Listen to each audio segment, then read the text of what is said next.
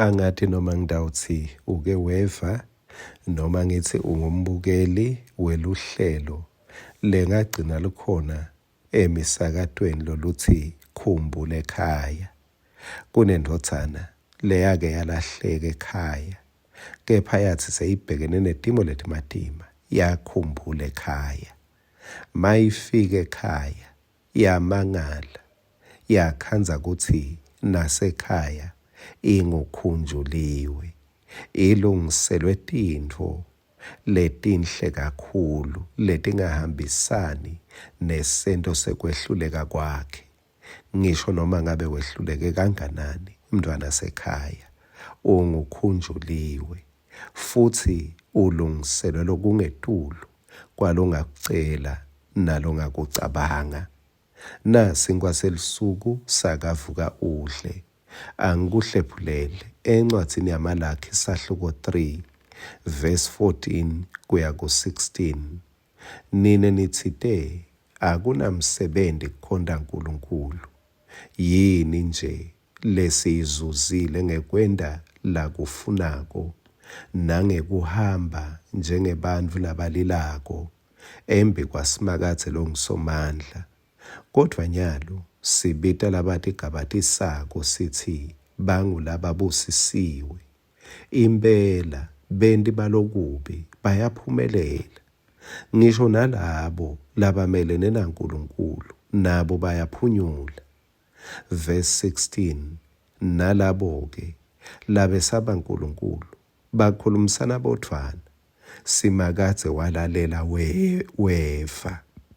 Incwadzi legocodwako yesikhumbuto yabhalwa embi kwakhe macondzana nalabo labesaba simakatse bahloniphe libito lakhe. Bekulula kucabanga kutsi uNkulunkulu unencwadzi yesikhumbuto ngemacala etfu kuze kutsi atewusijezisa. Kepha kunemphendvulo lemangalisako encwadzini yamaKorinte ekucala sahluko 13 verse 5. La kunemagama lathi luthando alunamagcubu. NgesiNgisi lithi love keeps no record of wrongs. Emacala ebubi ekwehluleka kwakho akukho incwadzi ngesikhumbuto ngetento takho letimbi.